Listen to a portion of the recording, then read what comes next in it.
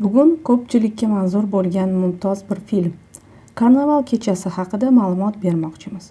Bu film kattalarning sevimli komediyasi bo'lib qolgan. Har yangi yil arafasida Karnaval kechasini qayta ko'rishdan aslo erinmaymiz.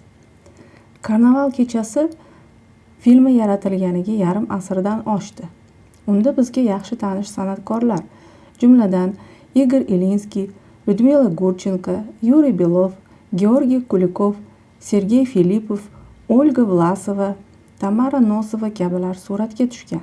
Filmning rejissyori bizga ajoyib komediyalari bilan juda yaxshi tanish bo'lgan Eldar Rizanovdir. Bu film ekranlarga chiqdi-yu darrov sitatalarda ifodalanadigan bo'ldi. Hozirgi kunga qadar Karnaval kechasi tomoshabinlarning sevimli komediyalaridan biri.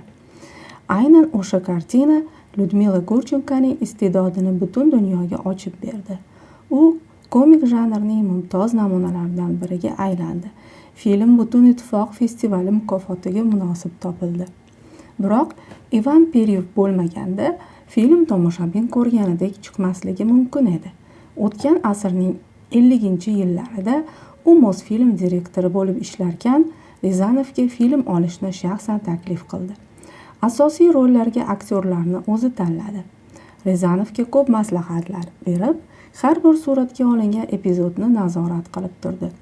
Olingan sahna unga yoqmasa, qayta olishni talab qilardi. Uni hatto filmning ham muallifi ham deyish mumkin edi. Biroq yillar o'tib prodyuser degan atama paydo bo'ldi. Karnaval kechasi Ivan Peryevning prodyuserlik loyihasi edi desak xato bo'lmaydi. Karnaval kechasi filmini ishlash boshlanganda Eldar Rizanov 27 yoshda edi.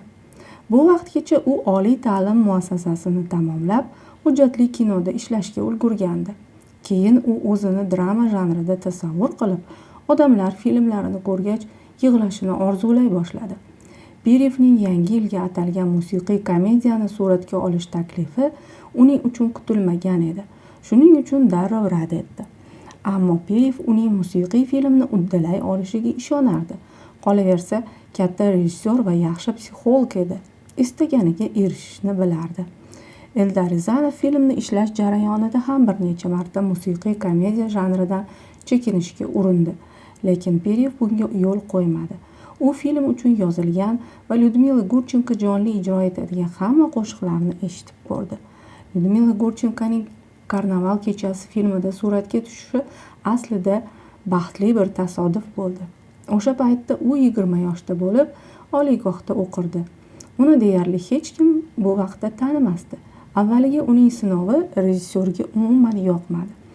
Gurchenkoning o'zi ham yosh operator tasvirga olgan kadrlarni unchalik xushlamadi. Natijada rolga ko'plab nomzodlar aytildi.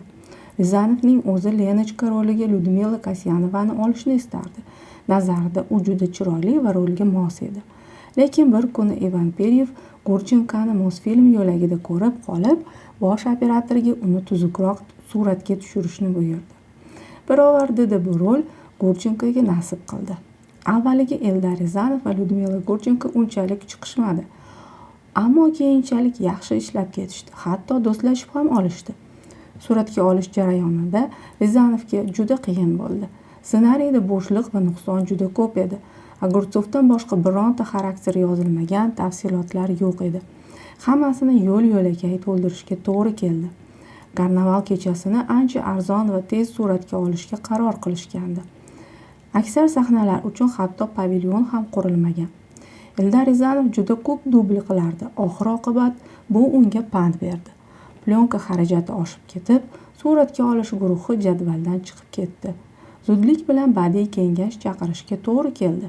Unda yosh, tajribasiz rejissyorni nima qilish haqida gaplashishdi.